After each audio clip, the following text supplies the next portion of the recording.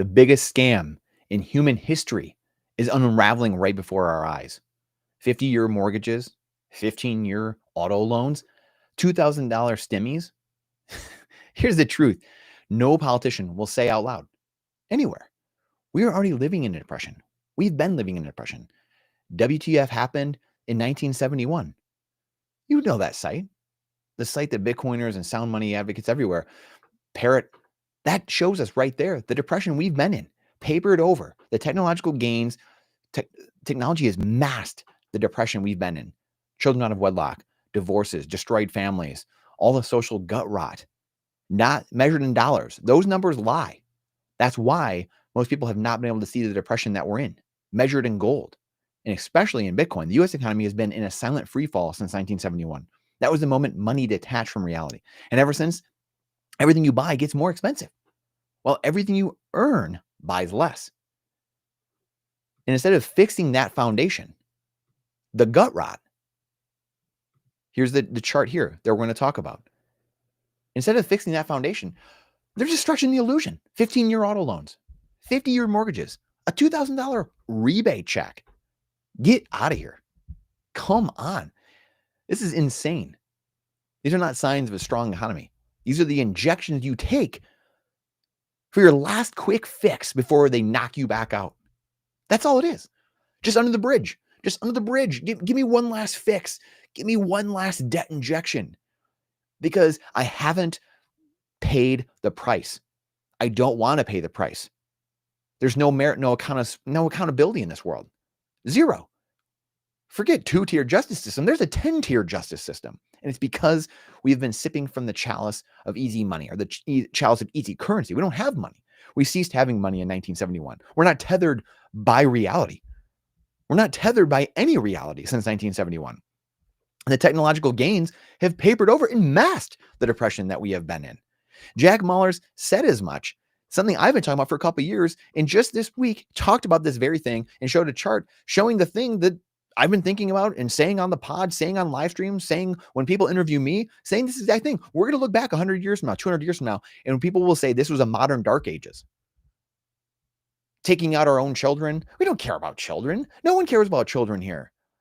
In the womb, the drugs we give them, what they're taught in school, shipping them off on an assembly line when they're 3 years old, 5 years old, off, see you later, see you in 8 hours. They got full-time jobs. I mean, this is the insanity we have convinced ourselves of.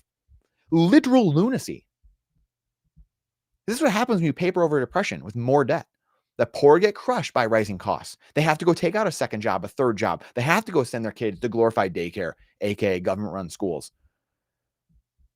They get crushed by those rising costs. The middle class gets wiped out. Financial hardships. The number one thing people get divorced over is financial hardship. Fighting over the money. Not having enough. Too much month at the end of your money. And the people holding scarce assets, hard assets, especially Bitcoin, watch their purchasing power go vertical. This is the oldest cycle in history. This has played out hundreds and hundreds and hundreds of times. Every fiat currency, every political government currency goes to zero. Every single one. The dollar's lost 99% over the last 112 years. The dollar has lost 99% over the last 112 years. The dollar has lost 99% over the last 112 years. Let's get that through our heads. Share this to someone who needs to know that, who doesn't take you seriously, because we all know you can't be a messiah in your own town. It's hard to be a messiah in your own town. So maybe they need someone else to beat them over the head. The dollar has lost 99% of its purchasing power in the last 112 years. The dollar has lost 99%. It will lose another 99% over the next 10 years, 20 years. The debt was 5 or 6 trillion 20 years ago. 20 years ago, it was 5 trillion. Go look it up. We will be at 80 trillion in 10 years. We're at 38 trillion now. We're going to be at 40 trillion in the next year. Where do we think this goes? We are at the hockey stick part of the curve for the debt. Where do you think asset prices are going to go? Where do you think Bitcoin price is going to go? This is literal lunacy. Instead of, we got to take that last injection, got to take that last debt injection, got to get our last fix. So instead of cleaning out the gut rot, we've chosen to kick the can again. Every time it's too big to fail, Silicon Valley Bank, all these things, whether they're nefarious or not, doesn't matter. We choose to kick the can down the road because the system cannot take. Look, There was a guy that owns a space company and an electric car company at the beginning of this administration that literally talked about cutting the waste, cutting fraud, whether it happened or not, or whatever, it doesn't matter. The optics of that, people were literally about to riot in the street. People were going ape over that very fact about cutting waste, fraud, thinking that was going to cut their own thing. Look, it's not even palatable. It's not even socially palatable because you're in a debt-based system. You're in a system that is against you. Every small business owner, you hear them say, I just can't find good workers. Well, no shit. You can't find good workers because you're not incentivized to be a good worker. Businesses, people are up against the government, giving 50 million Americans assistance or more. That's just what we know about. You're in competition with your own government. That is the lunacy that we are living in. Of course, you can't find good workers. No one wants to work. Even the good workers don't want to work. Even the good workers are like, well, what am I doing here? We all do it. We've all done it. We've all thought it. Like, what am I doing? And the productivity, obviously, the half the day, they're not even doing anything. Even the good workers are probably not doing anything most of the days. That is the lunacy that we live in. This cycle continues to play out over and over and over again. When the currency collapses, the assets escape upward. The purchasing power, the black hole that is Bitcoin. And the reason Bitcoin will win, again, for those that are still questioning Bitcoin, the reason Bitcoin wins is because it's perfectly finite. There's only 21 million. All the other asset classes, there's an inflation rate to them. Gold and silver, there's a couple percent inflation rate. Stocks, there's inflation rate. You can produce more shares. Businesses, you can make more land. You see in Dubai, they're shoveling sand out in the ocean. There's an inflation rate to these things. Bitcoin has no inflation rate. That's why people continue to say it will be the fastest horse in the race. That's why. It's very simple. It's very, very simple. Economics is supply and demand. That's all it is. We tend to confuse it, but it's very easy. So all these little injections, the 50-year mortgage, people are literally going to put themselves into bondage for 50 years. For what? The 1929 depression. So looking at this chart, this 1929 depression shows you right here. We're in a world that is completely upside down. The blue line is stocks or the market valued in dollars. And then in orange, the orange line is measured in Bitcoin. Everything's completely crashed. The invisible crash is here. It is going on right now. I always thought and learned about the invisible crash for the last 15 years. And I was looking in other assets, looking in generally in gold and silver and maybe some other hard assets. But Bitcoin was showing the sign the whole time. It was showing everything we needed to know. The ruler that can't be changed, everything in the world divided by 21 million. Shout out Knut Svanholm, which book's back there. I think I took it down, but it is back there. You can divide everything in the world by 21 million. Now you can start getting a sense of reality and seeing where things are valued at and what's overvalued, what's undervalued. How can you do that in a currency, this blue line that keeps being printed into oblivion? You can't. Newsflash. The interest rates, you can't. They're moving constantly. People sitting there, ooh, what's Jerome Powell going to say? Oh, ooh, what is this guy going to do? Oh, wow. Ooh, hey, Jerome, what are you going to do? We have Bitcoiners doing it. God love them. I know a bunch of them. Sit there and wait for Jerome Powell, what he's going to say. What are we doing? We are the energy. We are the change we want to see. We are the culture. We are what changes things downstream. If we keep feeding into the old system, guess what we're going to get? More of the same. We're going to get more ridiculousness like this. Stimmy checks. You think that's not inflationary? That's the most inflationary time we've had in at least in modern times. $2,000 stimmy checks. Buckle up. Hope you're stacking sats. This is a time that try men's souls. It's gonna try the poor, the middle class, and it's going to try eventually the upper class, believe it or not. But this is the 1929 depression measured in gold, like we just said. This is, as you can see, this chart obviously going down in terms of gold, real hard assets. Consumer sentiment is the white line.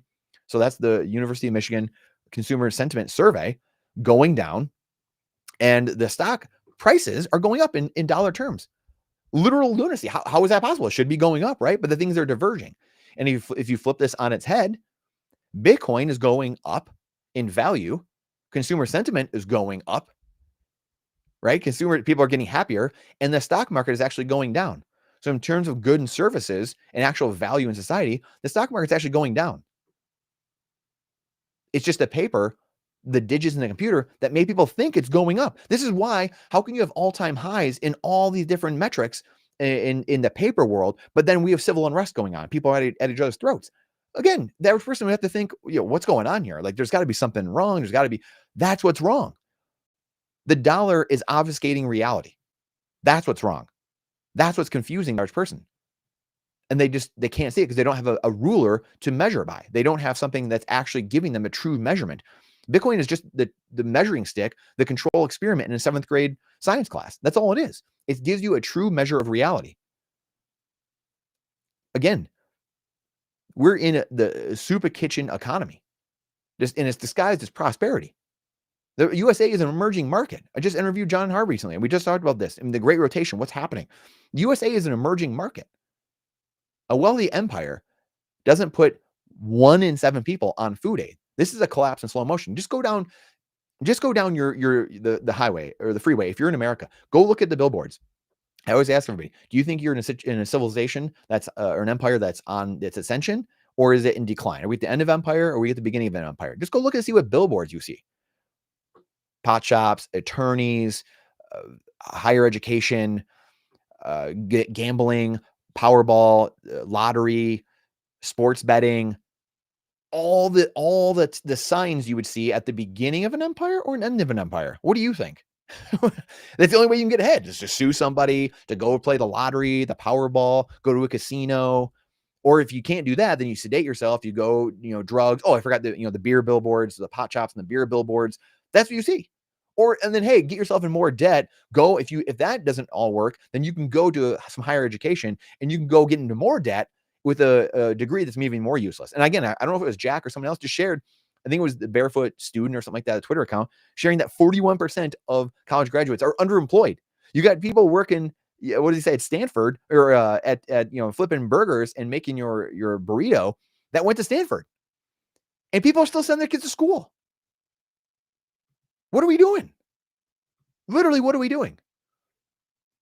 Absolute insanity. This is the desert of the real. For anyone that has watched The Matrix before, and again, you got to be careful with the Matrix analogies, but the area, the part where they go and he shows Neo, this is what the real world actually looks like. There's the fake prism over here, but then here's what the real world looks like. It's the desert of the real. Everything's destroyed and it's just rotting everywhere, right?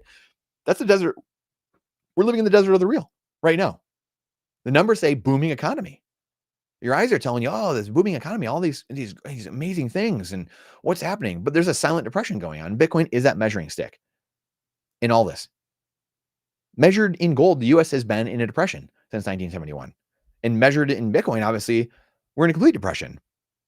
That's the invisible crash going on. People can't see behind the curtain, or they don't want to. That's it. When a system hides the truth with longer loans, more welfare, more stimmies, more injections, the exit is simple. Stack sats, cut dependence, opt out. The good part is we have an answer. Humans haven't had the answer for thousands of years. We didn't have the ability to do this. The only answer was hopefully your gold, you get some gold and silver. Hopefully it doesn't get stolen from you. Hopefully Genghis Khan doesn't come. Hopefully the armies don't, raid you. We don't go into a hot war and, the dad and the brothers have to go to war and they're gone. Fortunately, we don't live in that world anymore. We're blessed that we don't, but we have the answer now. We have the antidote to all this, to sucking the power from the corrupt fiat debt-based legacy monetary system. And the flows of the money show you everything you need to know. Again, we talked about, again, just for anyone who hasn't seen this, I think it is important just to, I guess, see here what actually is going on.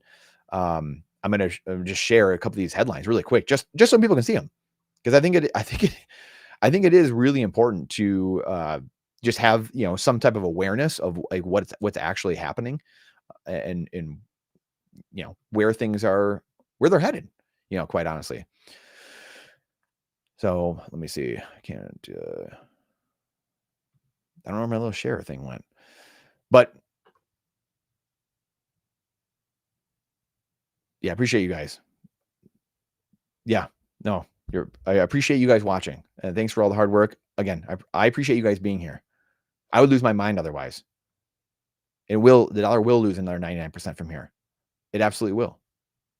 That's the world we're entering. So we've chosen to live in this world and to be in a world that we sip from the chalice of easy money. So 15-year car loans. So hopefully you guys can see this. The 15-year car loans, they're here. They're coming. Canceling a student loan debt. Oh, not sharing the screen, of course. I don't know where this thing went. So let me give this back up. 15-year car loans. Hopefully you guys can see that now.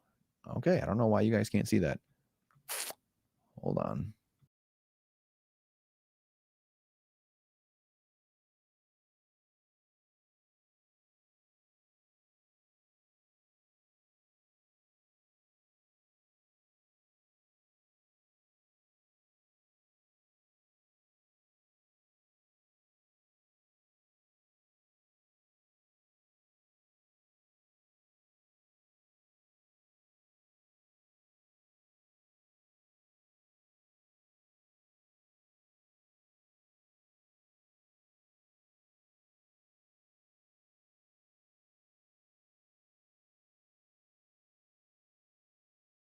All right. All right, guys. There we go. I don't know. This Restream's being really fun. So the 15-year car loans, obviously, they're here. They're coming. Student loan debt, they're coming. The stimmy checks, they're coming as well. Let's see here. What else? What else we got? The stimmy checks, like we said, they're coming. That's going to happen. Just canceling a student loan debt. Again, this is the world I've entered. This is what we have chosen to do. We have gone down this road, and the only way out is Bitcoin. So you yourself can become, you can be on a Bitcoin standard. You can be on a Bitcoin standard. That's the beauty of all this. You can put yourself and your family on a Bitcoin standard. You can't control what your city's doing, your state's doing, your country's doing, the world's doing, but you yourself can control what we are doing right here, right now. You can put yourself on a Bitcoin standard, and you can safely secure it in your Passport core. Let me get, again, some of our great sponsors that help me do what I do. Your Passport core.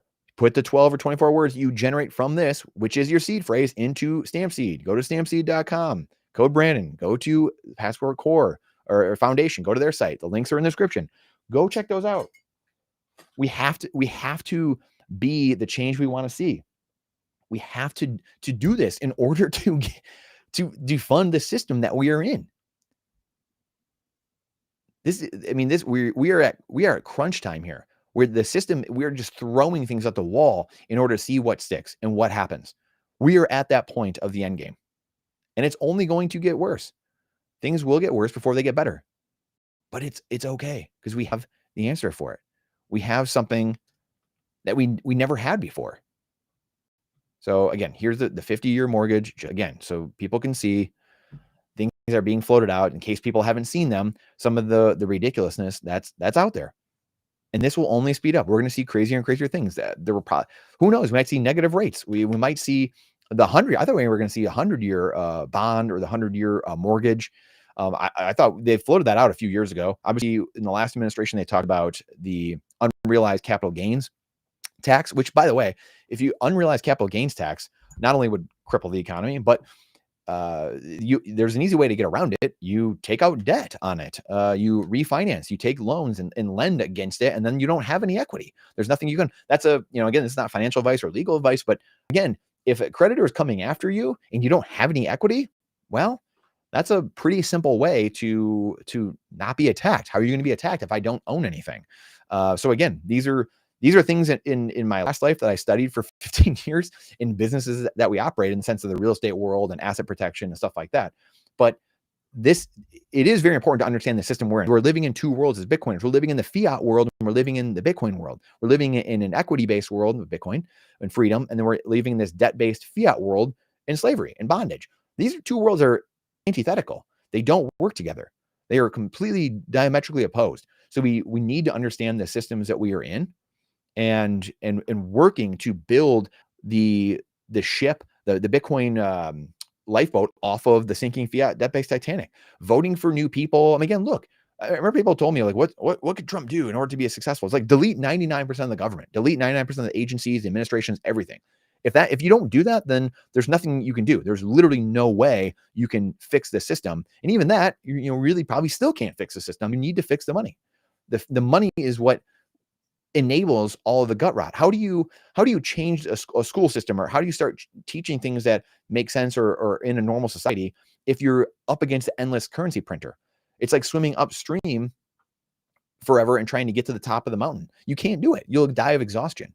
You can't outrun. How do good people outrun the currency printer? You're just your time and energy is being sucked away from all the human beings on earth, and you're trying to fight these narratives and media narratives. Well, good luck. How do you do that? You defund the system. The only way, the sly roundabout way, is the only way to do this. Period. End of story. It's the only way. So again, building community, doing the things that are, what it takes to actually build community. The community is the number one thing in a survival situation. Community is the number one thing in a survival situation. So the people around you in the social layer are so incredibly important, because we're in a survival situation right now, and God help us if there's even worse things ahead. But what you lack, you will need in the people around you. They will bring you up the things that you are lacking, whether it's food, energy, water, warmth, whatever it might be. So, yes, I appreciate you guys being here. The dollar has lost 99% of its value, and it will lose another 99%. I mean, it's already lost what, 20, 30, 40, 50% in the last 5 years, 10 years? I mean, look how much currency was printed during COVID. Again, this is going to keep happening. This is going to keep happening.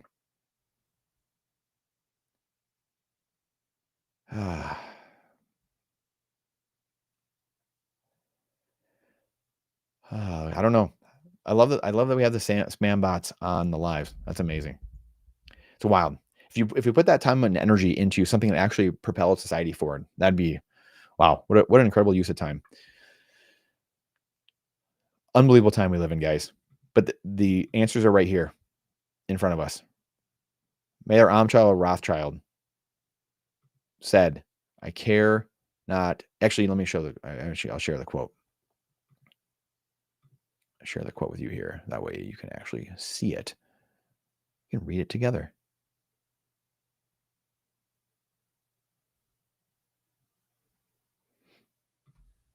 Mayor Amchal Rothschild, head of the Rothschilds, "Let me issue and control a nation's money, and I care not who writes the laws. If we don't understand the game, we're going to get run over by it. You're absolutely going to get run over. Understand the game is what it's all about." So the 50-year mortgages, the $2,000 tariffs, the 15-year car loans, it all leads to this. The price of Bitcoin will continue to go up. The value of Bitcoin will continue to go up. The price nominally, the fiat price, will continue to go up as well, because there's no bottom. I shouldn't say there's no bottom to fiat. The bottom is zero, and then the inversion of that is infinity. That's why this will continue to happen. That's why the average home will continue to get cheaper in Bitcoin terms every single year. And at that time, 2012, the median price was $150,000. And then in 2016, it was $250,000. And then in 2020, it was $350,000. And now it's $450,000. That's the median price home in America. It went up by $100,000 every single year. And it's only gotten cheaper in Bitcoin terms. That goes back to, I'm going to share the chart we started with, which is probably one of the most important things we could really be looking at in general right now. I really think this is probably the most important thing we can be looking at, and trying to reframe ourselves as Bitcoiners and helping other people, is the invisible crash, the orange line being Bitcoin against the dollar, and it crashing to zero.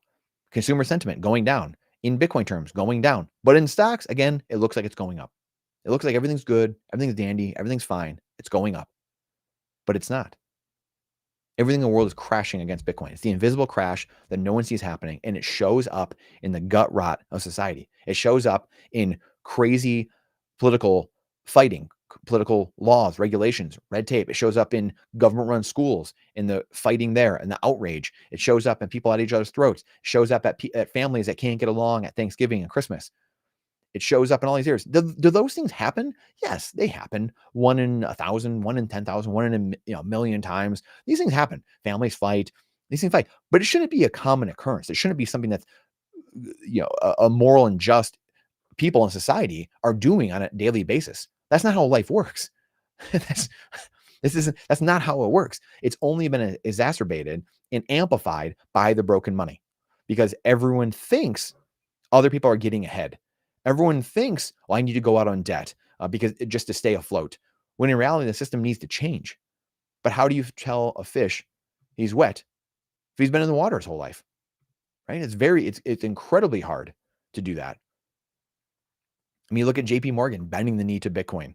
All these worlds now, these worlds, JP Morgan bending to Bitcoin after 10 years of trashing it. These entities you have to be very careful with. Very careful, because they are the centralized world.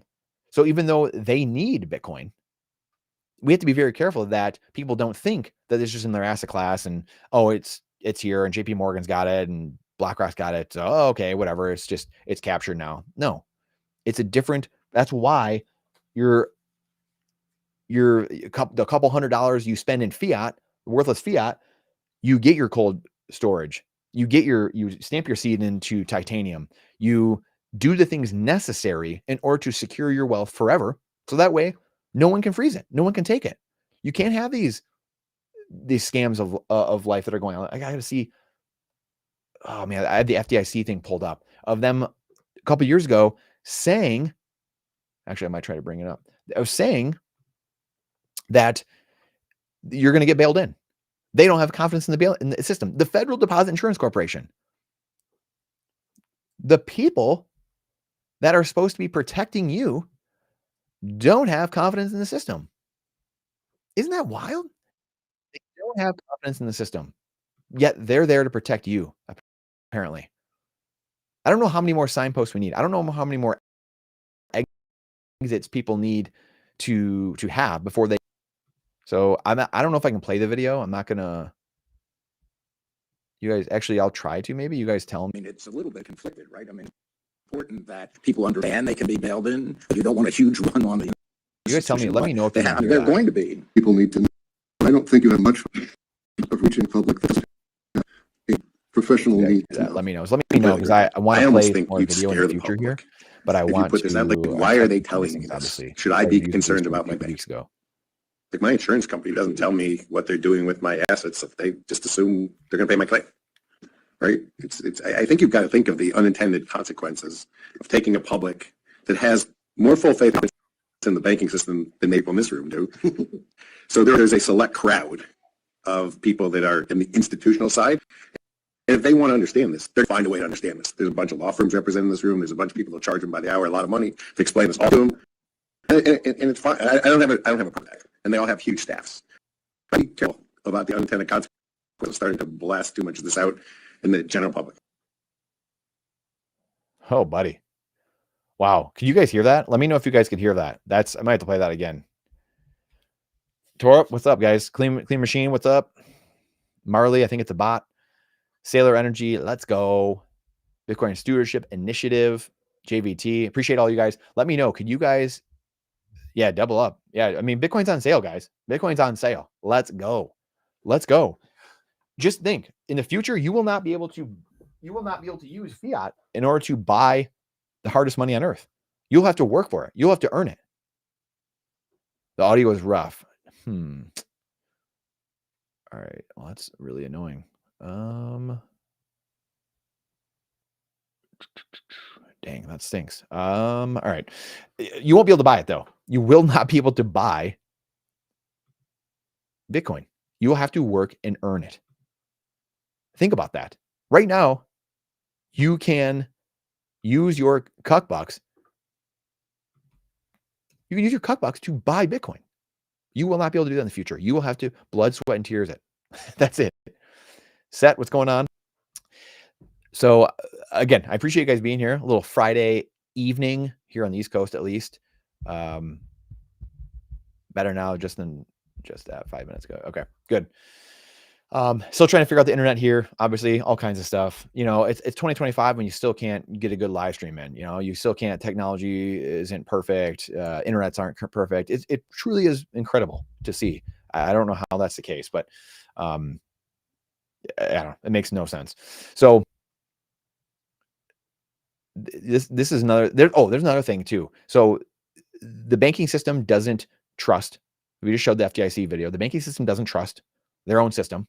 The FDIC and what's the Federal Deposit Insurance Guarantee Corporation or whatever, they have like 1/10 of the assets they have. It's either 1/10 or 1/100th of the assets they need to insure the deposits in the system. I mean, you can't make this stuff up. You cannot make it up. And so they don't believe in their own system. And yet the average person just walk around, and they say it in the video. The average person believes it a lot more than we do. Ha ha ha. And people are just totally fine. Whistle by the graveyard. And it's this silent slavery. People would rather have peaceful slavery than volatile freedom. And it goes back to government-run schools. Generation after generation, the last 100+ years of conform, obey, memorize, bell rings. Okay, get up. Oh, I got a hot meal, a couple meals a day. Go to the next place. When can I go to the bathroom? When can I go on vacation? Clown world. Absolute clown world. That world's coming to an end. If I have anything to do with it. That's for sure. You know what we should start doing, by the way, is we should start. So Jack Dorsey, we just did the other day on Jack Dorsey and what they're doing, obviously, and speeding up just adoption, obviously through merchants and the Square terminals opening up to 4 million business owners. Everyone should be tweeting out. I was thinking about this today. I was on Bitcoin Banter with the Bitcoin Way guys, another great sponsor of our show. So if you want help setting up your VPNs, your technology, your cold storage, and help actually setting up your Passport Core with your titanium seed plate and everything, the Bitcoin Way guys are phenomenal. They are the best guys, the most based group of guys and gals there are.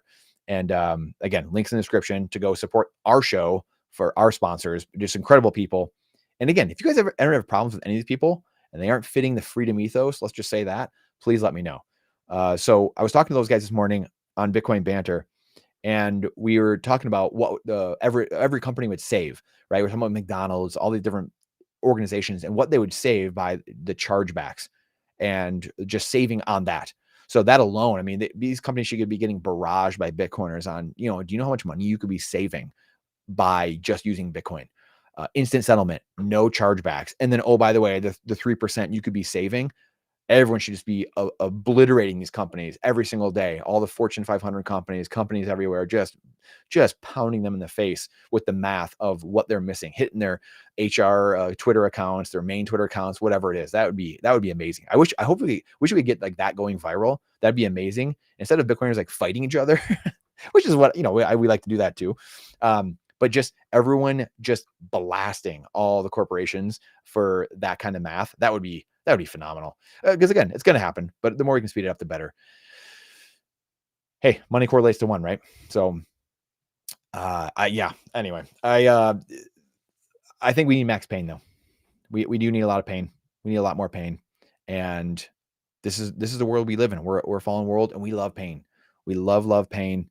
We need max pain. And the pain to change needs to be less than the pain we're experiencing. And this is where I go back into what we were talking about earlier. And this is why this is so incredibly important to really bring this all together. Is we have the too big to fail companies. We have the stimmy checks, these, all these bailouts and bail-ins, like we just talked about. That's why I'm kind of like bringing all this context and bringing this all together.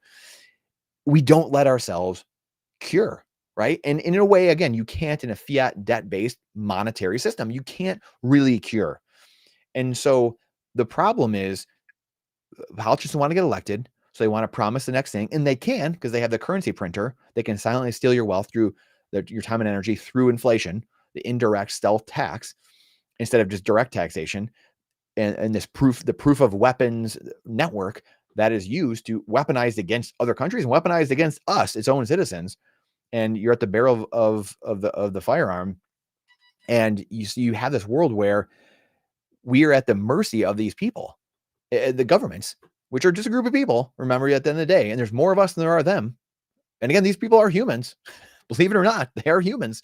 And so that culture, politics is downstream of culture, I should say. So that politicking, those politicians are downstream from culture. So by us changing our habits and money talking, voting with our feet, voting with our wallet, that's what starts defunding the system, because it's defunded by people not going and saying, hey, I'm going to do X and Y and Z thing that goes against freedom and liberty and sovereignty. Or, hey, or better people maybe go into power and start defunding things from the inside, right? It's going to happen in many different ways. We're incentivized to do things in a better way because there's this Bitcoin mirror, this life raft off the Titanic. If you're on the Titanic and you don't know there's a way to get off, then it's tough. You feel stranded, obviously. But when you have this mirror up against you, flashing that shining light in your ear, it's the life raft, the Bitcoin life raft off the Titanic, this separate monetary system running on its own outside of this Titanic that's going down, the US dollar, then it becomes much easier to start saying, oh, wow, I can actually get over here. I can actually do this. I can actually figure this out. And we have, for the first time, the Bill of Rights and the Constitution are given to all the people on earth. The property rights people have just by holding Bitcoin are now available for 8 billion people. I mean, think about that. For 250 years, the Constitution, the Bill of Rights, was only for people inside the walls of the United States, or maybe at an embassy around the world, of U.S. embassies. And now we have a world where we have property rights that can be given, or you're not given, but they're there for anyone in the world who downloads a wallet, earns in Bitcoin, does something for someone else and gets paid in Bitcoin, and has a wallet on their phone, and then puts it into their Passport core. Hopefully they do. Puts it in the cold storage, saves it. And these technologies are going to get easier and easier. I mean, you think about this stuff. You think about the different seed plates that are out there. You think about the different technologies with this even. You think about the different technologies. These guys are always innovating. We had the Prime coming out, and the ease at which these things, we couldn't even do these things 10 years ago. That simple act right there, the couple hundred fiat cuck bucks, can be used to totally transform your life. And then you're ungovernable. Then you're outside the system. Then people can't tell you what to do. You can't be frozen. You are literally ungovernable. You are sovereign. Now, 8 billion people have the ability to do that, where we never had that before. And I think the most important part of all this is we don't put the cart before the horse.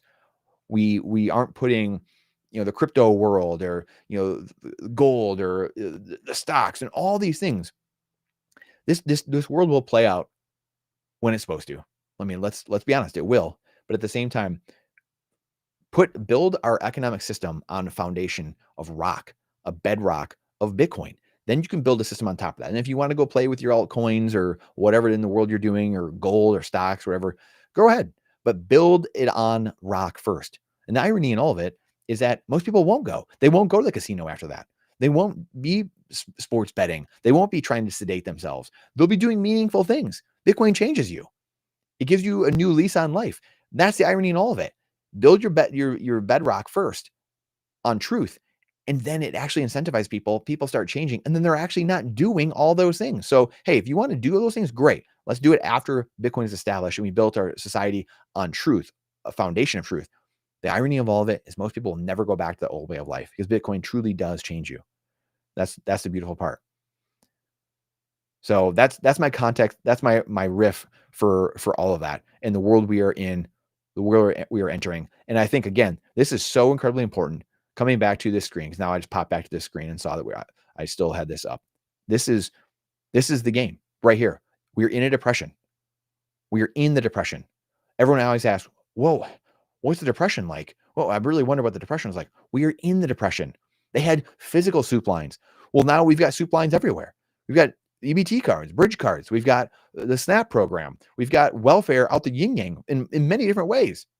We have the disability programs and in all, and all these different things.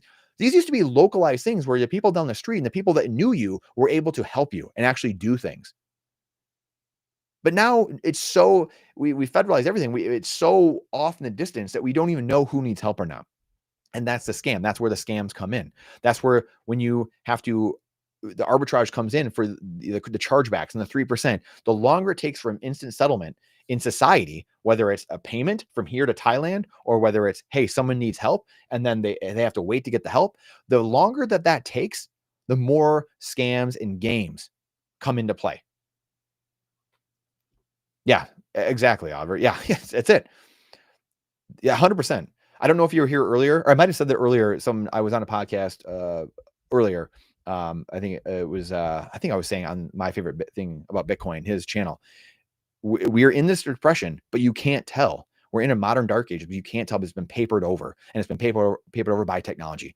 We had the blessings of the computer, internet, certain things that have come about because of the time period we're in that have masked the things that are going on underneath the surface. The children being just blown through the education system. They don't want to deal with it. The No Child Left Behind, the Patriot Act, all these things that had, these wonderful intentions, and then just actually destroying everything underneath the surface. That's the world we live in. That is the fiat gut rot that we are in. And that's what's so insane is this has happened throughout society forever. And why do we go through school for 12 years and not know any of this? How do you not know the most simple things? Home ec, shop class, how to balance a checkbook. I mean, we're not the first people to think about this. It's purposeful.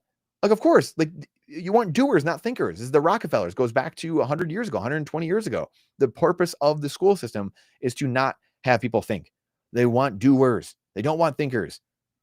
This has been goes back to the warlords back in the day. Warlords gave people things to specialize in so that they didn't come after the warlord himself. They had these little, pawns, bishops, all these different things. So that way they were specialized in their own little area. And that way they didn't come after the big guy. Specialization, again, for all the things that are great about it, humans are generalists. Humans are generalists. And we need to know about a lot of things. And we need to be able to, and really in saying that, what that means is we need to be able to zoom out, back out, and see the forest and the trees instead of our own silo. Hey, I went to school for 18 years to be X. And then people only see the world through that prism, and that's it.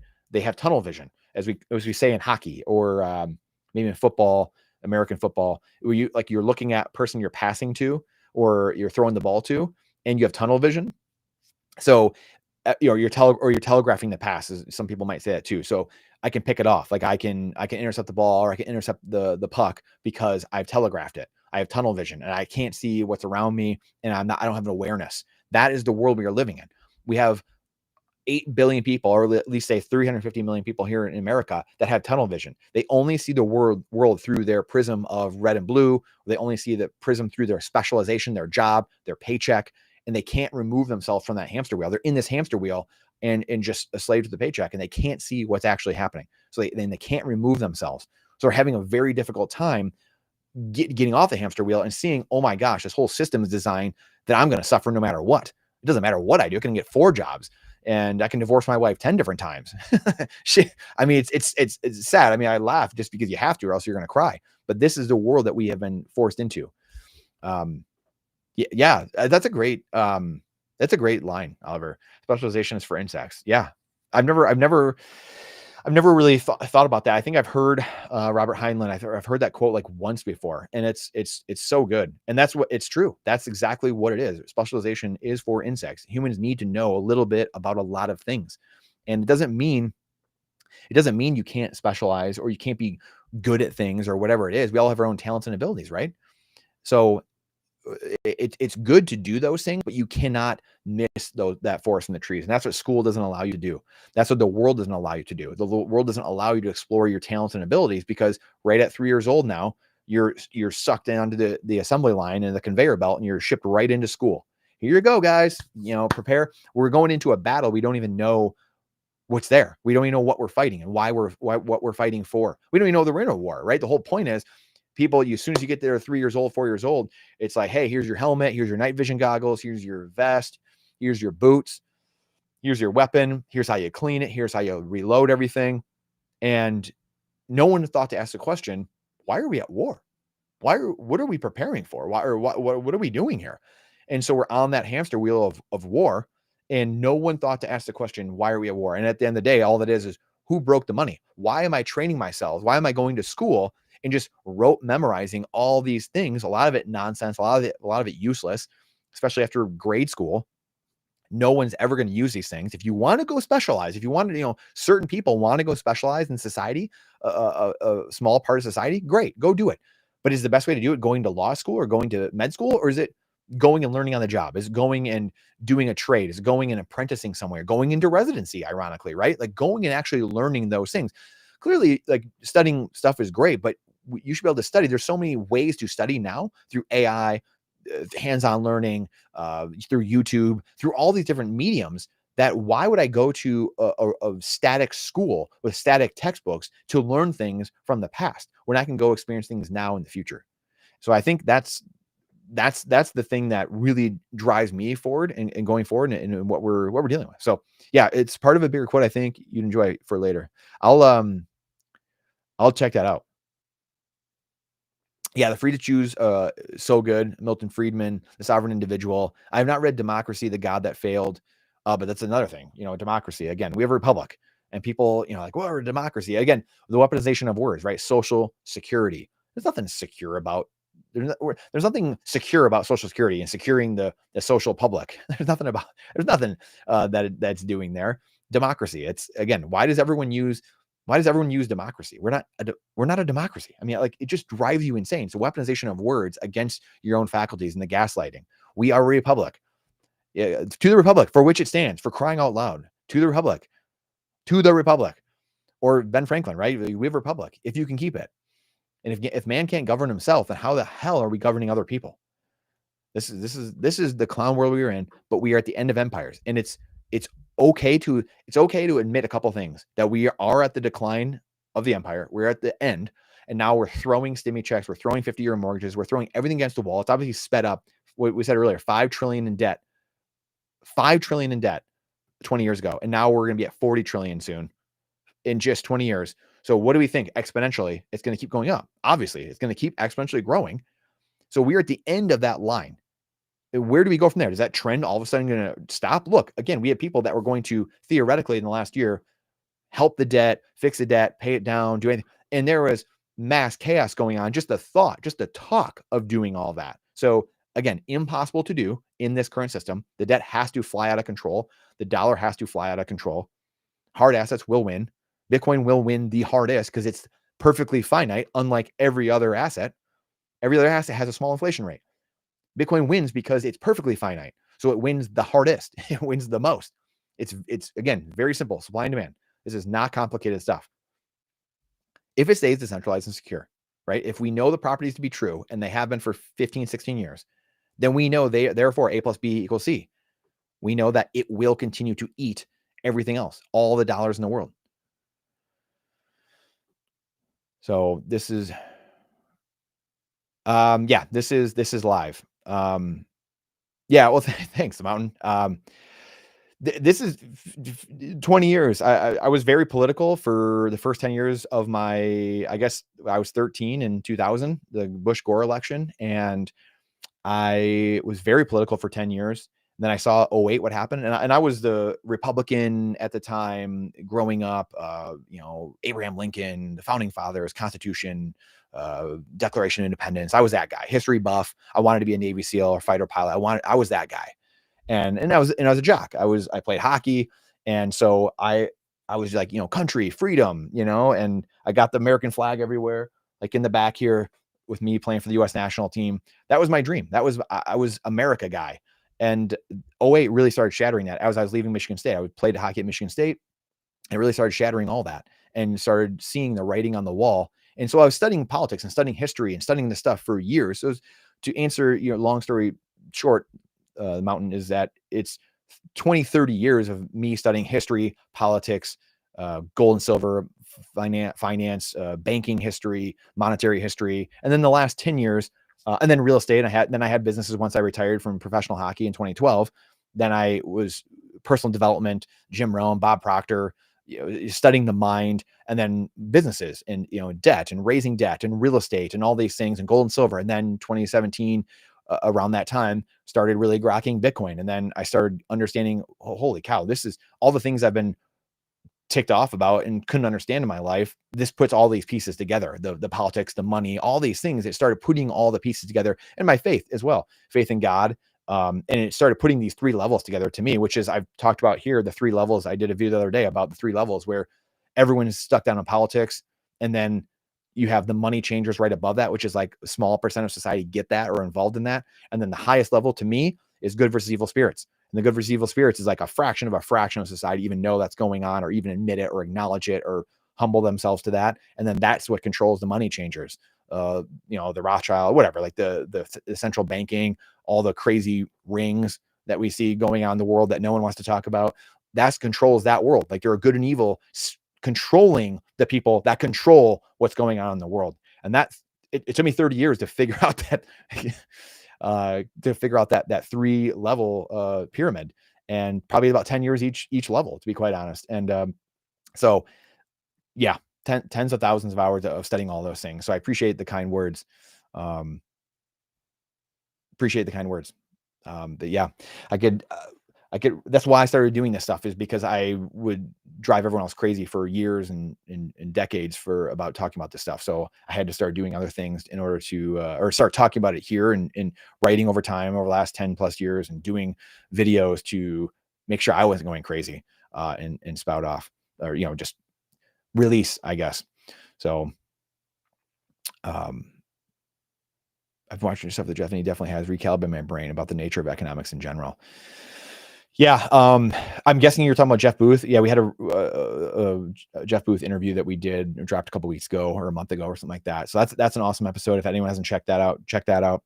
Yeah, I appreciate you guys a ton. It's a ton of fun. I don't know what you guys like more, just like longer riff sessions. Again, I'm trying to figure out what we're doing, because my passion, I love doing the interviews. I love interviewing other people, and I learn a ton, obviously. And that's where I get a lot of my signal, is I don't watch a ton of stuff anymore like I used to, because I'm busy doing a lot of this stuff now. So I get to learn that way. But then also I was thinking about daily stuff, and the philosophical stuff, like I just outlined about how I grew up, is more interesting to me, going deep on things. But again, the world doesn't like that stuff quite as much. Especially YouTube. A lot of people don't like that world. And I want to try to bridge the gap to the average person, but maybe that's not the right thing. I think the right thing maybe is to just find a couple percent of people that see, that have the ears to hear and the eyes to see, because most people never will, which is the book that we're writing about, the American Revolution and Bitcoin. So I think it's just pulling the couple percent of the irate minority and people that think like us. And so that, to me, I think is the thing that this channel over time will start evolving more into, that, and talking at the deeper level and putting these 3 levels together, instead of just talking, what you see so much of now in the Bitcoin landscape, which is like, treasury companies or like Bitcoin price and all this garbage. And, you have to talk about price to a degree, because that gets humans in, and then hopefully you can hook them in and then get them to take the meat, take the real questioning, the philosophy, the thinking, the scales falling from the eyes. You have to get in there some way. If you just lead with deep philosophical things, 99.9% of people will just tune out forever. So it's trying to figure those things out. Are you saying that to me, that I'm not crazy? I'm glad that you think I'm not going crazy.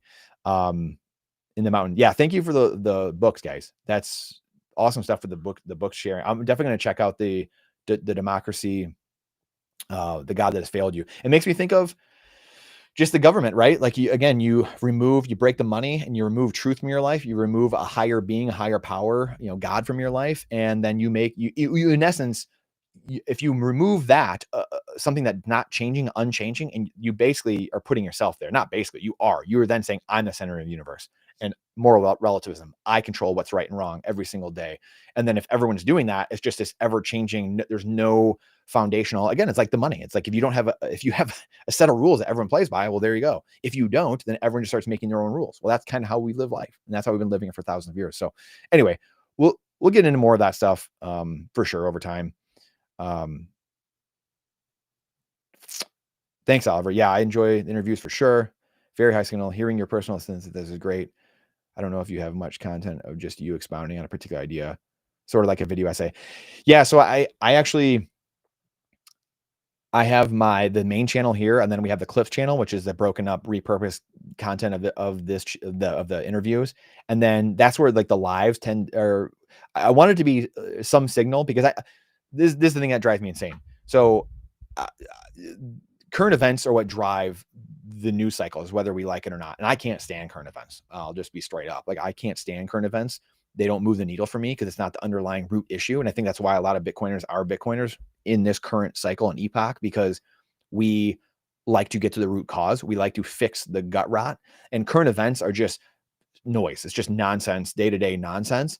And it's just, you're always spinning your wheels. You're kind of on the hamster wheel, and you're never getting anything accomplished. You're never actually doing anything, and you're just pontificating on what's going on. So to me, I look at, again, the interviews and hooking people in different angles and themes. And I mean, I write a couple hundred titles for every single interview that we do, just to try to hook as many people in as possible. Like, you're talking like 10 themes in 80 characters. I mean, that's the level over the last year that I take the interviews themselves, or just how you kind of have to not play the game. I mean, you're playing the game, the YouTube game in a sense, but also that's how you have to talk to humans. Again, if we just put a couple key words, you get some people like you guys might show up, but then we wouldn't get another 1,000 people or another 20,000 people to watch the show. It just, like it or love it or hate it, that's just how it works, unfortunately. So you're trying to play this world where you're trying to marry both sides together.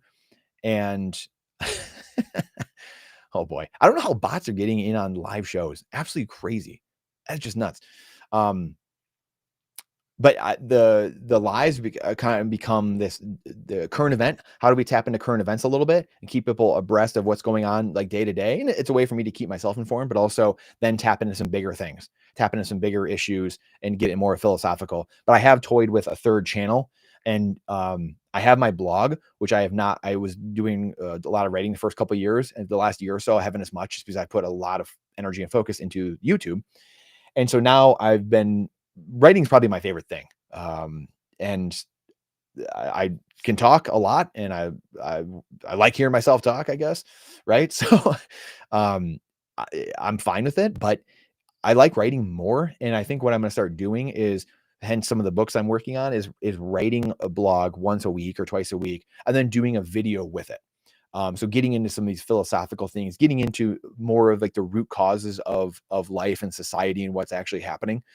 You have the Marty Bents of the world to do a good job of talking about the current events of the day and marrying those worlds a little bit. And maybe it'll be some of that too. I mean, we need way more people doing that, but it'll be maybe doing some of that mixed with philosophy, and maybe a little bit more on the philosophical side. And just like, again, that three pyramid, which here, I think I have it actually, which I'll show people who haven't seen the three level pyramid of what I'm speaking about. So I'm thinking of a third channel that potentially is an essay driven, literally an essay that I write once or twice a week. And then we actually do a video, like a dramatic reading of it or something like that. And maybe that will be like the YouTube channel part of it. So this is the pyramid that I made basically a couple years ago. And this is, to me, this is what, after 30 years, 25 years or so of studying everything, it just became very clear, not in a vision way, but just like oh my gosh, this is what's driving everything. So anyway, yeah. I'm on Substack. I think it's just Brandon Gentili on Substack. So yeah. And that's it. Yeah, honestly, Oliver. Yeah, it is. It's crazy. I mean, you have to package things in a way that, humans want to hear, because most people don't think like us. They're not waiting on some like philosophical, like if it's something is like super philosophical or like titled that way, like, yeah, like I might check it out. You might, a couple of us in here, Buster won't, because he's an AI or a bot. But Ty might, everyone, hear the mountain, clean your machine, Torah, like a bunch of people that are in here would maybe click on it. But again, we're such a small subset of society that, again, this is a battle of, maybe it's just for ears to hear and eyes to see. Maybe it's just for those people. Maybe we should be writing it that way. Maybe I should just be doing writing and videos that way. And it doesn't matter, F the algorithm and what the average normie wants. Why are we trying to bring them in? I don't know. I mean, that's something I toy with and think about all the time. I thought about for years, and it's a struggle because, the marketing side of things is so fiat. That whole world, like so even social media, like I can't stand social media. I would not be on social media if I didn't feel compelled and called to talk about this stuff like I have since I was a kid. I wouldn't even have any of it. I would have no accounts, nothing. I cannot stand it. I've never been able to stand it. And that's something that you deal with of, hey, if good people stand by idly and do nothing, nature abhors a vacuum. If you leave the garden unattended, weeds grow up around it. So if you leave the Bitcoin network just on its own, just software running, game theory suggests that maybe there's going to be some people that come try to, sway society in another direction, or, come whatever it might be. If you leave your country unattended, if you leave your house unattended, nature abhors that vacuum. Eventually, not great things are going to start happening. So that's why I feel compelled and called to share the things I've been given, because that's the thing at the end of the day that drives me. Is now we're an hour in, which is wild. I feel like we just started this, but I should wrap soon. It's when I get to the gate someday, I'll be asked, what did you do for my kingdom? And I'm scared shitless that I will have known these truths and not shared them, because that's what I will be asked. Hey, did you share the knowledge I've been giving you? And that's why I continue to do what I do, continue to write, because, could Bitcoiners, a lot of us, we could just go into the hills, never be seen again, build a citadel, go buy 1,000 acres, whatever it is, and just sit by and do nothing. And you're like, F all of you, screw all of you people. You guys figure it out, fight it out. But just not called to do that. Just called to fight, to help the people around you that you don't want the people around you to burn. I mean, like, let's put it honestly, that you don't want your friends and your family and the people around you, your city, your society, your peers, other humans, you don't want them to you don't want to burn down. And that's why we do what we do. That's why I do what I do. That's why many of you are here. Again, that's why I applaud anyone who's watching a YouTube, Bitcoin, anyone who's watching anything about Bitcoin and buying Bitcoin products, watching Bitcoin content, going to Bitcoin conferences, doing Bitcoin meetups, you name it, reading Bitcoin books. I commend you, because you're part of that system. We don't really know the people, I guess, the Bitcoiners that are just doing nothing, because we just don't know them. We don't know who they are. I implore them and hope they come follow us and join us and join the peaceful revolution, because we need that 3%. We need those people here to push society and pull society toward our vision of the future and what it's going to be, because there's definitely this good and evil fight going on. And there's, as they say, hey, you might have a plan for your life, but the devil sure got a plan for your life. So you better have a plan for your life, and we better be pulling society away the way we want it to be pulled. So appreciate it, Oliver. Yeah. Yes. Yeah. Well done, my good and faithful servant. Exactly. That echoes in my ears daily, really. I can't lie. So thanks for following me on Substack. And I will be better about Substack. So that's the third channel. Will probably be that. Will probably be more deep dive stuff like this. I have some of the lives. If you go check out the lives over the last week or so, they are a couple of them are like deeper dives into like the 3 levels. I go into this, so they're not as current event-ish. And so check those out. Let me know what you think of them. And we'll be doing more of that. We'll be doing more of that, and probably the other channel. Maybe not do that here. We probably will do 3 or 4 shows a week here eventually, like a daily bit, something like that. That will probably be shorter. I went longer because a bunch of people jumped on here today. I wanted to keep these usually under 15 minutes, like the daily bit, where it's 15 minutes. We talk about a big news thing or 2 of the day. We talk about something philosophical, why it matters, how we can help ourselves, type of thing, and then leave. And that's the daily bit. So thinking about that. But again, the third channel, maybe we'll do something here where it's much deeper. So appreciate you, Oliver. Thank you, sir, for great comments. Thanks for following on Substack. We'll be much better with that going forward. Appreciate all you guys. Torup, Buster, even though you're a bot, Ty, the Mountain, Clean Your Machine, everybody. Really, really set. Really appreciate you. Go stack those sats. They're cheap right now. Sailor Energy. Let's go. JVT. If you want to support the show, get your 12-word, 24-word seed plates from Stampseed. Go to the links below. Get your Passport Core, your soap miner, get your beef tallow soaps. Take care of yourself. I am big on the nutrition and the health. Yes, did play hockey, obviously. Was big nutrition, health, still am, I guess. But soap miner, awesome tallow-based products, soaps, lip balms, body balms, deodorant, stuff like that. So again, all of our sponsors in the show are all Bitcoin only products. Go check those out. Links and the codes are in there. Appreciate you guys supporting the show a ton. Us Bitcoiners, it's weird because, you know, Bitcoiners have like a hard time with stuff like that. And why are you sponsored and stuff like that? And blah, blah, blah. It's like, hey, I'm going to talk about what I want to talk about. If a sponsor doesn't like it, they can leave. I don't care. Again, that's the beauty of Bitcoin. I'm not beholden to sponsors. I'm not beholden to the money from sponsors. So that's the beauty of Bitcoin, is you don't have to be beholden to anyone. You're not beholden to your employer. You're not beholden to the government. You're not beholden to sponsors or whoever it is. And at the end of the day, because by the way, you have Bitcoin that's growing in wealth over time. So I'm not beholden to that. But at the same time, obviously it does take money for our editors, for the managers, you know, people that are helping me put on the show. I have 4 kids, homeschool, I have a wife, like we have a lot going on. So I feel compelled to do this, but I need help doing it.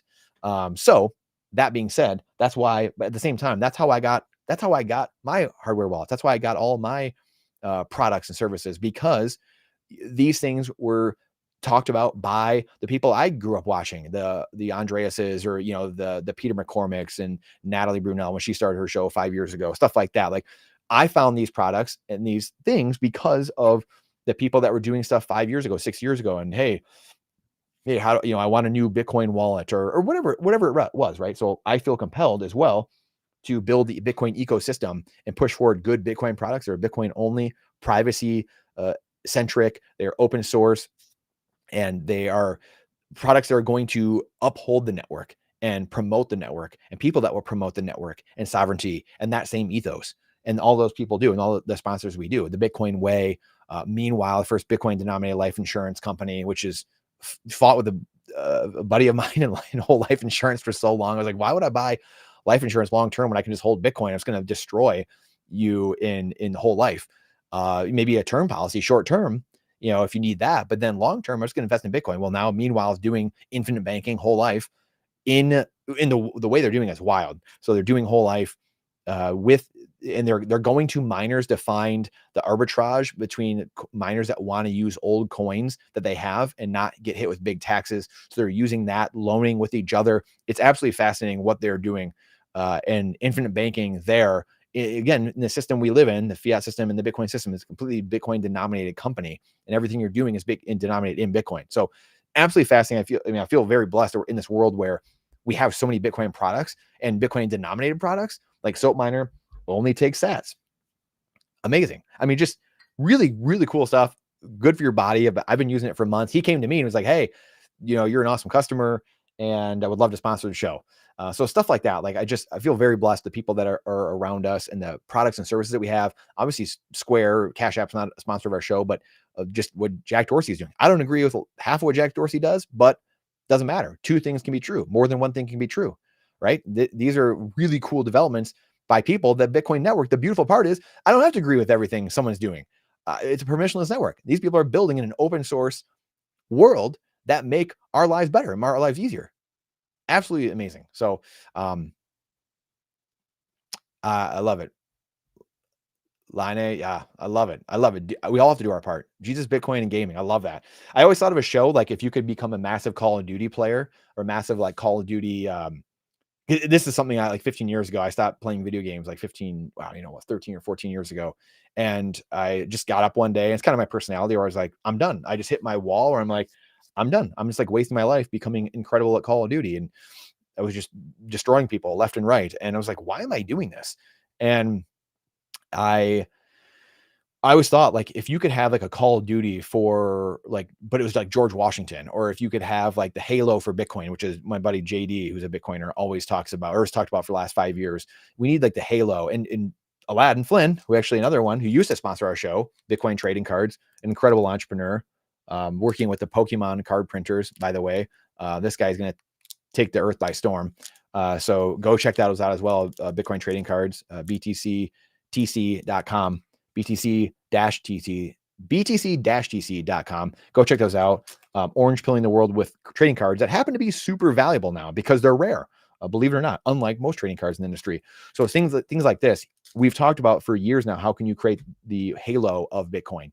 And how can George Washington be in Call of Duty? How can we have these different things where you're incepting people? And I love it, Line A, because like I always thought of like 5-10 years ago, whenever it was, I was like, man, I should have kept playing and like Twitch streamed or like live streamed what I was playing and like just pounding people and then just talking like this the entire time, like having like a live stream for an hour while I'm just owning people on the map and they're just like talking the Constitution, the Bill of Rights, like George Washington or like Bitcoin or sound money and just like riffing the entire time. So I absolutely love that you're doing that, because we need 1,000 times more of that. Like that kind of stuff is what cuts through culture, is what you're doing, what this is doing, what I'm doing here. It's great. It's great for, a handful of us and a certain number of us, 20, 30 people watching at a time, maybe 1,000 or 2,000 people will watch this over the course of the next couple of days or whatever, God willing. But how do we reach 10,000 people? How do we reach 100,000 people? How do we reach 1,000,000 people?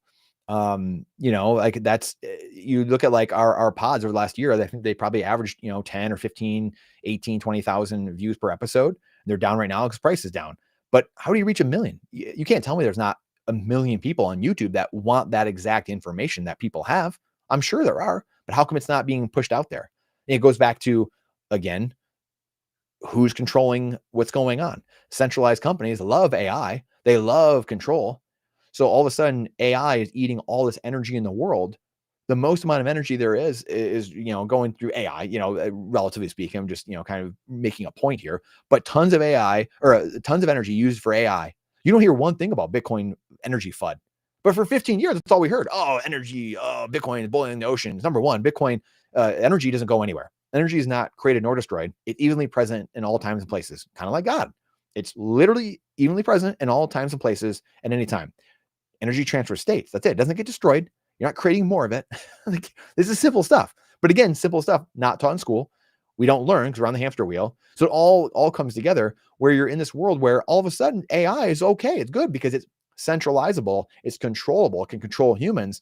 So yes, good. This is very good. We love AI. And now that's totally obliterated Bitcoin energy FUD, because that's all we heard. So A plus B equals C. Who would be fudding this energy Bitcoin narrative for 15 years? Well, if I had to take a wild stab in the dark, it would be massive tech companies. It would be nation states. It'd be all these people that don't benefit from Bitcoin. That's the signal within all the noise. That's what's not being said. That's a quiet part being said out loud. So again, there's millions of people on YouTube. There's billion people or two every month on YouTube watching stuff. Financial part of YouTube is massive. One of the biggest parts of YouTube, right? But you're telling me that only 20 people are on this live stream right now? You're telling me that 100 people, 1,000 people, 10,000 people are going to watch a podcast about, hey, how can you change your life? How can you become wealthier? How can you become free? How can you become sustained? I mean, it's so laughable, but it's a toe on the scale, right? It's a toe on the scale of whoever it is, right? It doesn't matter if it's my podcast or Natalie Brunell's podcast or Peter McCormick's or Robert Breedlove or Robin Sear or Bram Canstein. It's like, it doesn't matter who it is, or the Luke Mikiches of the world. It's simply Bitcoin. There's a toe on the scale of the people talking about this very thing. So we need more of us, more of this whole story. We need more of us to overwhelm the system and to overpower the system. Period. End of story. So yeah, I love it. More, we need it. We need more Jesus Bitcoin gaming. It is truly all a search for truth. Torup, great to see you, brother. Sent one of my friends who is a hockey player, or hockey ref, your channel solely on the fact that you used to play. Yeah, I love it. Hockey was the best thing in the world. I'm from Michigan, so I grew up playing on the ponds. I grew up playing pond hockey, and I'll put it up here. I guess I haven't been putting comments up here, but I should be putting comments up here, so I apologize. I grew up playing pond hockey here, and that's my favorite type of hockey. It's just playing for the love of the game and old 80s, 90s hockey. I'm not too into the modern hockey. There's no fighting, there's no hitting. It's really the hitting. You take all the physicality out of the sport, like you just neutered it. There's no point. I don't know what the difference is now. Buster AI again, he's in here. Come for the ponage, stay for the enlightenment. Yes, sir. I love that Bitcoin live stream called Sats on Saturday. Absolutely love that. Yeah, I love that. Yeah, keep it going, Line. Keep it going. Keep it going. It's huge, man. That you have to keep you have to keep it moving forward, because this is the only way we're going to break through society, is to the culture, the memes, the Bitcoin trading cards, the gaming. You see these cards are unbelievable. These are like the more educational ones, but if you guys, no one's seen these before. They're absolutely unbelievable. So going through all the different, what a dictatorship is, do your own research, Bitcoin education, Bitcoin FUD category, only used by criminals, the freedom card, bear markets and bull markets, just going through everything, teaching, again, what we didn't learn in school. Why was this not learned in school? Again, so appreciate you guys so incredibly much. I'm trying to think if there's anything else. We kind of went on a bunch of different tangents. Need max pain. I had a couple notes. So someone had said earlier, this is pretty incredible that you can just riff on all this just off the top of your head. I don't know how to share this thing, but I have a couple notes, like the notes app. I have 10 or 20 different notes. I keep notes actually when I'm on a podcast, and then when I'm recording with somebody, and then when someone's recording with me, I keep notes of just like things they're thinking of. And then I'll put a line down of what I was thinking about, or not my response or retort to it, but that type of like what my thought was. And that way I can come back to it. And that's how I'm able to just riff completely. Because if I started riffing completely just off of like stream of conscious, we didn't know. I don't know where we would end up. We would end up like in left field down some rabbit hole. So that's my way of trying to riff. And then I have little notes here and there of like, stay on track, stay on point, in the sense of don't end up somewhere in, the 1907, bubble panic, which again is good at times. But if we're trying to do some type of show, we're trying to do something that's somewhat coordinated, then I can't just like go down this rabbit hole, because again, we go back to YouTube and marketing and how fiat things are. If people come for like one thing or two things, and you start going into all these other things, then, again, inevitably you're going to have people, okay, I'm out of here, because we're talking about how this thing is over here, and they don't see how it's related, so they don't care, and they tune out, and then they're gone, right? So you have to, again, abide somewhat by the rules in a sense. But again, once you get big enough, like Joe Rogan, or you get to a level where you get big enough, then you can do stuff like that.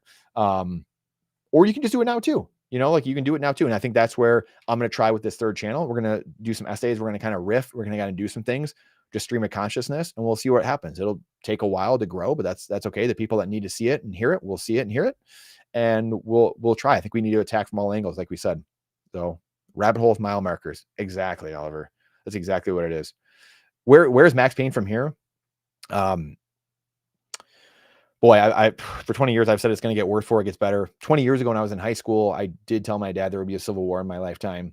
I also said that NFL wouldn't exist in like 20 years. So I was a little bit off on that. I just, I said like hockey, I said the NFL wouldn't exist. I knew hockey was already changing, because in 2005 there's a lockout. That was my NHL draft years.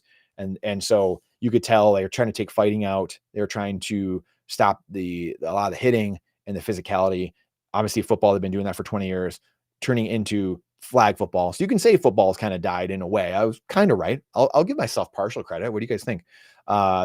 You have guys, you can't hit high, you can't hit low, you can't hit too early, you can't hit too late. You can't, there's like, one little segment on your body you can hit at the perfect moment, and that's it.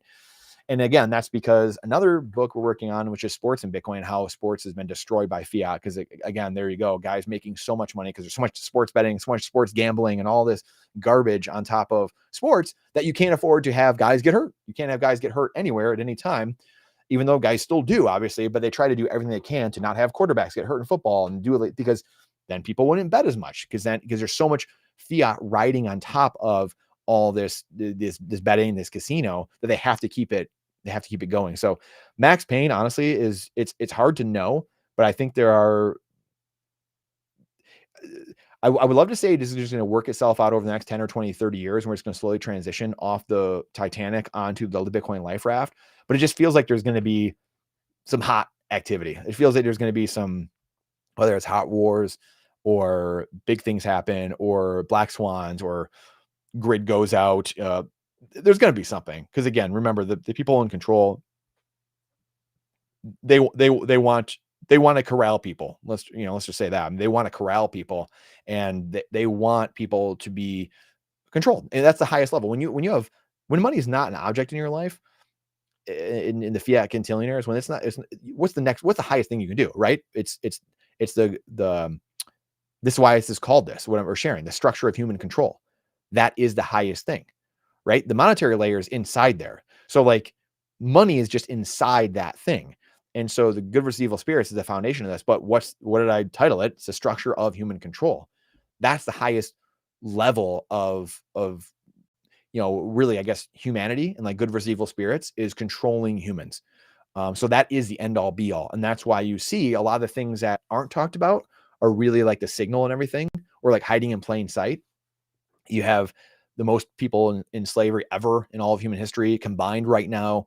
And, it's barely talked about, things like that. I mean, like that, it's the structure of human control. How can I get humans to off themselves? How can I get humans to off other people? How can I get humans to off other children? Those are all ways that, the devil causes the destruction, decay of society. Because if you're open to doing those things and you're okay doing that, then what else are you okay doing? You're okay doing anything. I mean, I can get you to do anything. If you're okay accepting that, then I can get you to do anything. And that's the talk and the fight that I just don't think vast majority of humans, I don't think a lot of Bitcoiners are even ready for those talks, for those things yet. So that's, I don't know if that answers your question of Max Payne, but I think Max Payne is going to play out if they do, I'll say this. If they keep kicking the can down the road, it might be another 5 years, 10 years, 15 years. Like, again, Bitcoin is going to rise. Assets are going to keep rise in nominal purchasing or nominal price, and then purchasing power, because we have 50-year mortgages and we have 15-year auto loans, and we've got $2,000 stimmy checks, and we're going to cancel student debt. I'm sure they're going to try to cancel parts of your mortgage at some point, and all these different shenanigans they're going to come up with. That's just kicking the can, and the pain will just come in the form of inflation, more people, more social unrest, more events happening, bad events that we see in the news popping up. That's just going to happen more until people are asking questions, until that pain to change becomes less than the pain that people are experiencing. And again, we don't let ourselves experience that pain. We just keep kicking the can down the road. So it's gonna end up at some point, whether it's people calling us on our debt and they say, hey, you're not worth this anymore, you can't do this, America, so we're taking you to war or whatever. Something. NHL isn't as physical, but man, the college hockey game I watched to support my friend there was, I kid you not, at least 15 to 20 fights that broke out. It was glorious. When was that? When was the college and junior is fun, just because it is, the kids are, there's some more piss and vinegar with the, we'll say 15 to 22 year olds, 16 to 22 year olds. So it is fun watching those ages, the junior leagues and the college and stuff. Oliver, see, a lot of old things have already died and something else new else now wear their faces. The core tenets that made lots of America great have already been removed. Yeah, exactly. I mean, it's sad, but again, those parts have to die. People have to realize that. I mean, that's something, again, like as I said earlier, I was that guy. I was that kid. I was like, yeah, I got the USA flag draped over me and I got the Constitution in my pocket. Yeah, I'd go look at the statues in Washington, D.C. That doesn't exist anymore. Like, that world doesn't exist. Like, are those things there? Yes. Does the Constitution still exist? Yeah, but like, no one pays attention to it. No one pays attention to those statues, what they meant. The Tomb of the Unknown Soldier. No one cares. No one knows. There's no merit or accountability or responsibility anymore. There's no greater cause. It's, fiat devolved us into every man for himself. And there's no collaborative community. We don't even know our neighbors, right? Like, there's no time to know your neighbor because you're pitted against each other, number one, but also I don't have time. I have 3 jobs and my wife left me because we don't have any money and we're fighting over money. So like, I don't have time. And I hate my neighbor because he's doing ridiculous stuff. And I don't like the way he looks and he's voting the wrong way. So I don't like him. And so we don't have community. We don't know our neighbors. So how would we help people if we don't know people around us? It's sad. And hey, Michelle Obama said it 20 years ago, 15 years ago on the campaign trail in 08. She said, we got to change our culture. We got to change our traditions. We got to change everything. Well, here we are. What does it look like for everybody? Power is not a means. It is an end. Object of power is power. George Orwell, 1984. What a classic. Again, a book that I don't think they don't force you to read in school anymore for good reason. So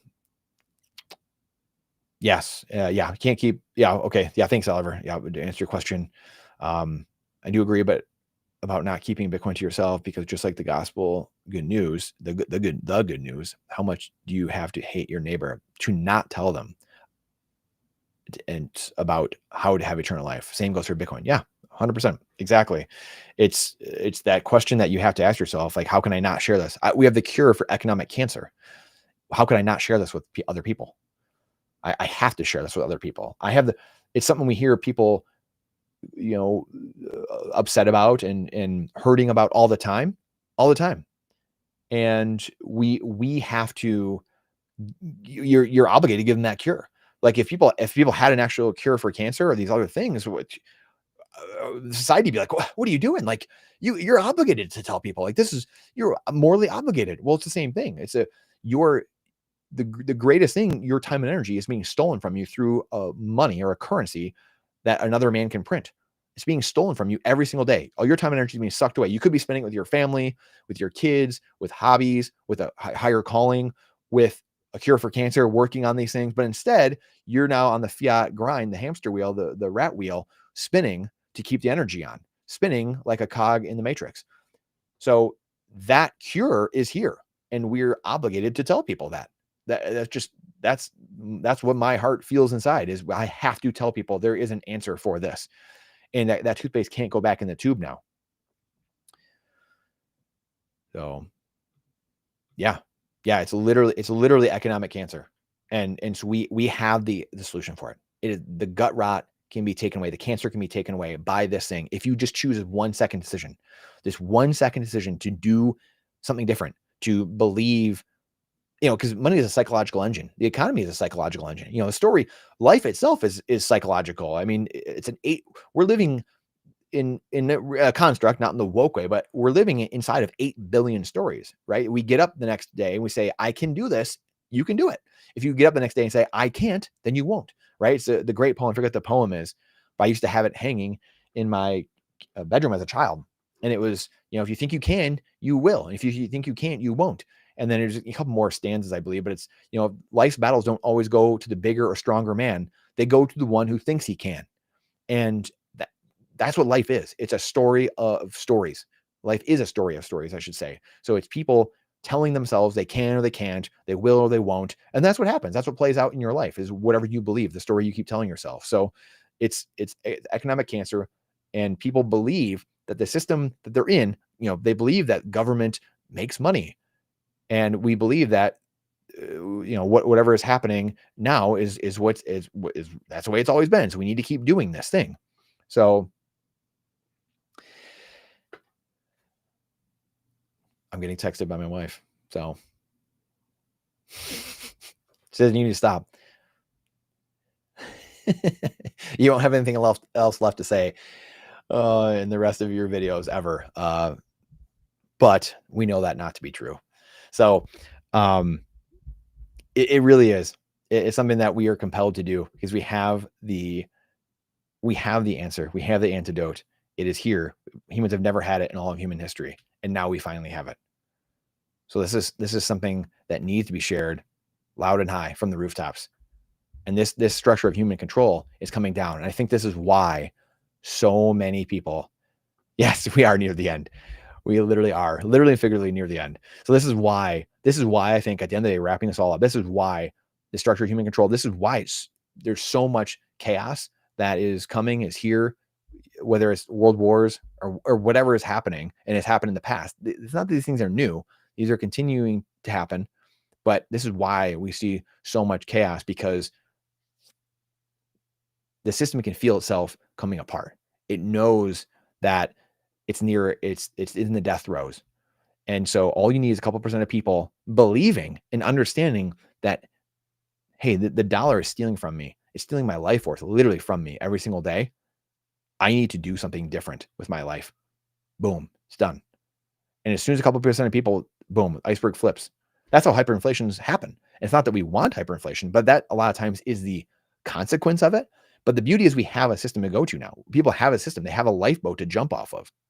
The system for thousands of years would just ended in collapse, war, terror. This ship just went down and people are in the ocean fighting it out for themselves. Now we have a lifeboat. We have many lifeboats. We have 21 million lifeboats. We have 2.1 quadrillion lifeboats for people all around the world to go grab a Satoshi and to live on that Satoshi. We could live off one Satoshi. It's infinitely divisible. That's the beautiful part, which doesn't mean inflation for someone that's watching that sees at some point and says, well, I knew it was inflationary.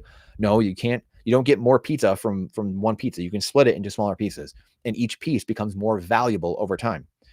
That's the beauty of it. So that the system is coming apart, flying off the handle, and it knows it. And that's why it's grasping for straws. It's going to get crazier before it gets better, but we have the antidote. We just have to have the faith. We have to have faith at the end of the day.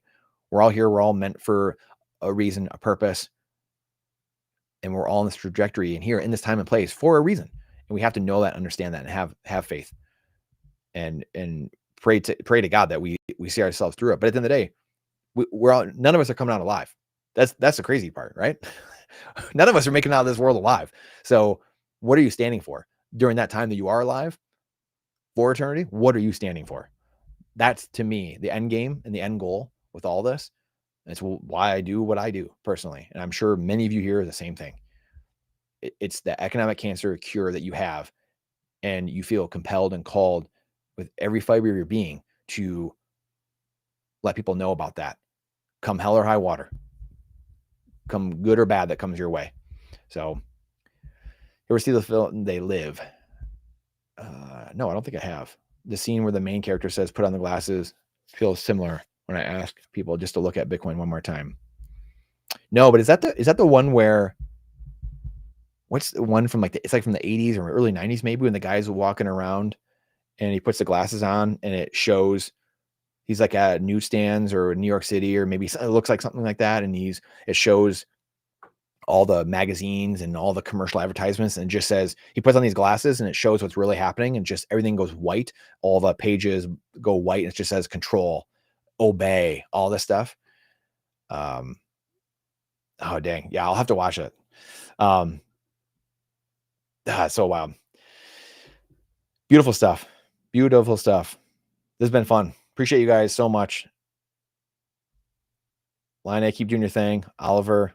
Oh, that is that one. Okay. Yeah, I'll have to check that out. I got to check that out. You know what's funny? I never knew the name of that movie. And I was like trying to search it a few times. I never knew what the name was. So I will go check that out. Now I know. They Live. Okay. Awesome. Appreciate you guys. Everyone earlier that was on. Oliver, Line, keep gaming. Bitcoin, gaming, and Jesus. I love it. We need 10,000 more people doing it.